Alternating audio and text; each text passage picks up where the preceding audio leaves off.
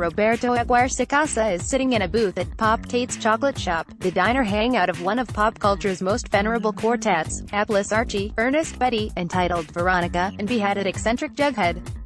He's picking a weapon for Archie. It's a grey autumn day in a bleak suburb of Vancouver, where the reedy 43-year-old writer-producer is dropping by the set of Riverdale, his eerie, modernized, television take on the Archie comics mythos.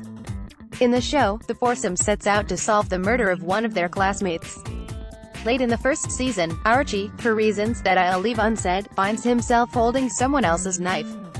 This afternoon, the prop master is presenting the bespectacled showrunner with two blade options and recommending the smaller one.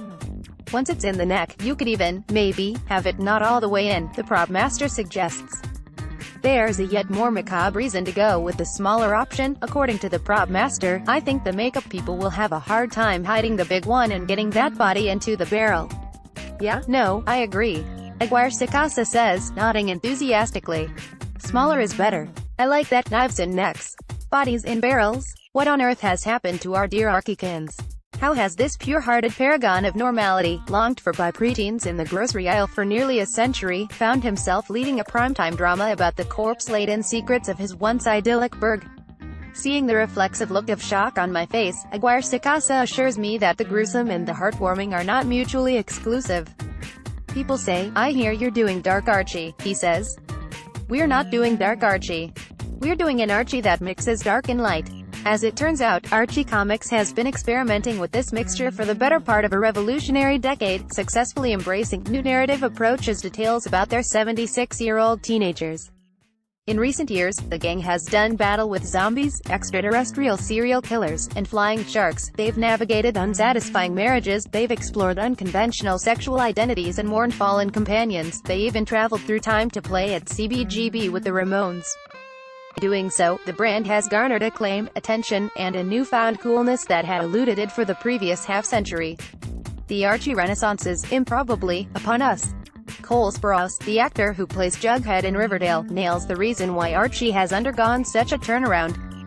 Occupying that same booth at Pops, he gazes straight ahead with the passion of the converted and says, the archetypes of Archie are like a theater troupe that just kind of fits themselves into any sort of situation.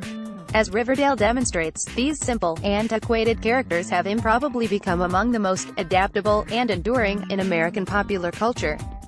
The theme song to the beloved 1960s Archie cartoon declared, everything's Archie, but the current Archie regime has set out to prove that Archie can be everything.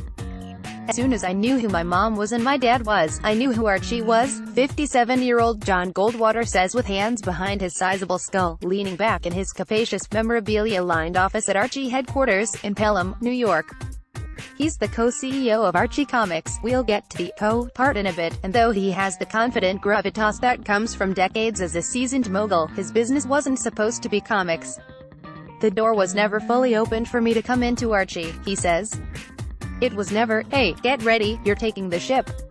Goldwater's father, John, with an H, was a Jewish shipping entrepreneur from East Harlem who sensed, in 1939, that a cataclysm was coming in Europe, one which would be bad for business. So he decided to get into the hottest sector of the day's entertainment industry, comic books. Superman had debuted the previous year, and cheap, four-color tales of daring-do were flying off newsstands.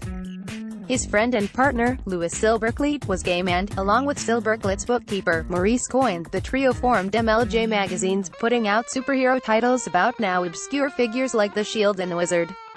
It wasn't until 2 years later that they came up with their most iconic creation, teenage goofball Archie Andrews. A co-creation of Goldwater and writer-artist Bob Montana, Archie was partly inspired by real people in each of their lives, but was also something of a shameless rip-off of Andy Rooney's hit Andy Hardy films. The boy was a near-instant hit. Within just a few years, the company changed its name to Archie Comics and built a robust dramatist personae around their titular kid. He was locked in an eternal love triangle, perpetually sought by a fair-haired, girl-next-door type named Betty Cooper and a vivacious, condescending socialite named Veronica Lodge.